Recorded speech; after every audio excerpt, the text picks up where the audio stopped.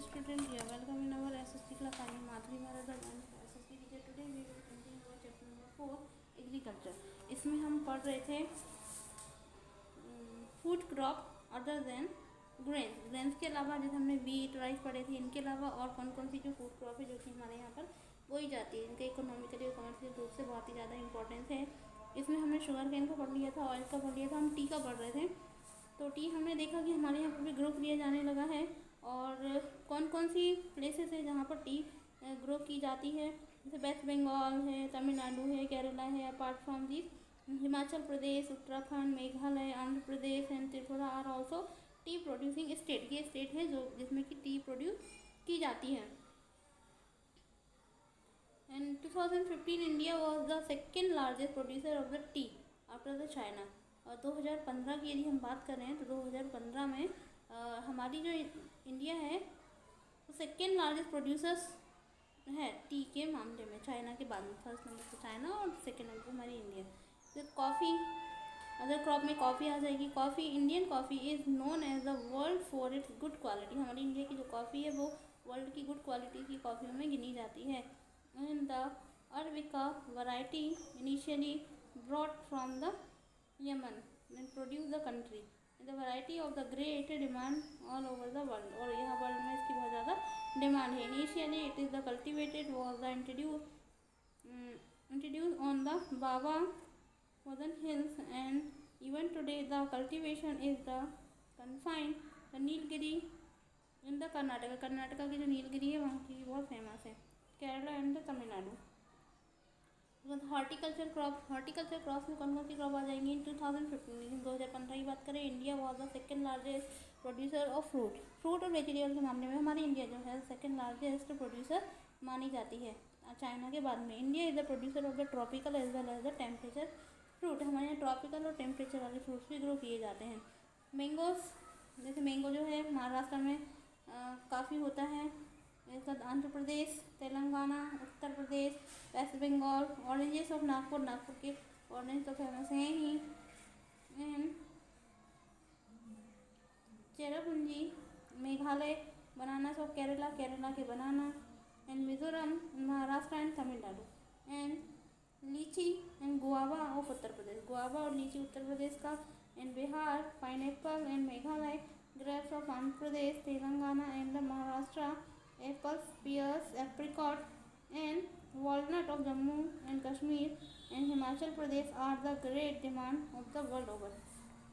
इसमें वर्ल्ड में इन चीज़ों की बहुत ज़्यादा डिमांड है.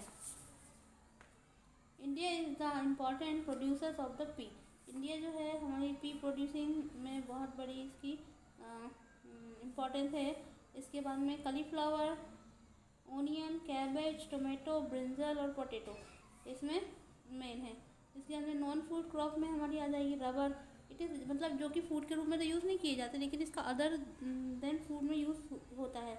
Rubber is the equatorial crop. ये इक्वेटोरियल क्रॉप है बट अंडर स्पेशल कंडीशन. परंतु स्पेशल कंडीशन में it is also grown in the tropical and सब ट्रॉपिकल एरिया. परंतु स्पेशल कंडीशन में ये ट्रॉपिकल और सब ट्रॉपिकल एरिया में दी जाती है. It is required most and the most humid climate and rainfall of the more than the 200 centimeter and temperature above the 25 degree centigrade. Rubber is an important industrial raw material. तो rubber है वो एक important industrial raw material है जो कि mainly grow किया जाता है केरला में, तमिलनाडु में, कर्नाटका में और अंडमान एंड निकोबार आइलैंड में. And Garo hills of Meghalaya की गारो हिल्स है वहाँ पर भी ग्रो किया जाता है.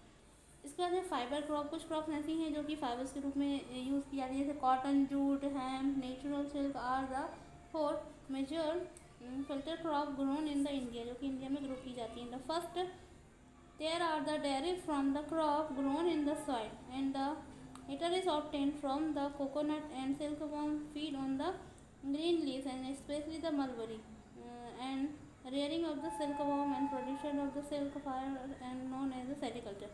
मतलब ये जो सिल्क का प्रोडक्शन करना है उसको सेरिकल्चर कहा जाता है.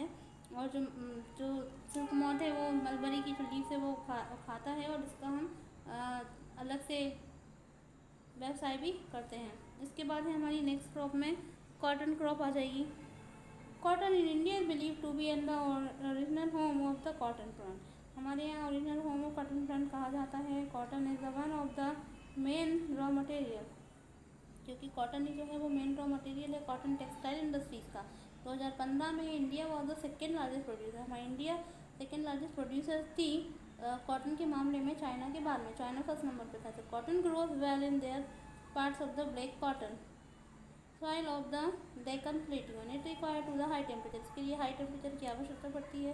हाई रेनफॉल और इरीगेशन, इसके लिए रेनफॉल भी हाई होना चाहिए और इरीगेशन भी होना चाहिए। 2010 frost free day and bright sunshine for its growth. It is the kharif crop and required for the 6 to 8 months in the mature होने में 6 से लेकर 8 मंथ तक लेती है। The major cotton producing state are जो कॉटन प्रोड्यूसिंग स्टेट है उसमें महाराष्ट्र, गुजरात, मध्य प्रदेश, कर्नाटका, आंध्र प्रदेश, तेलंगाना, तमिलनाडु, पंजाब, हरियाणा, उत्तर प्रदेश ये प्रमुख है। इसके बाद आता है हमारा जूट। इसके बारे में हम कल पढ़ेंगे। For today we will continue. Thank you so much.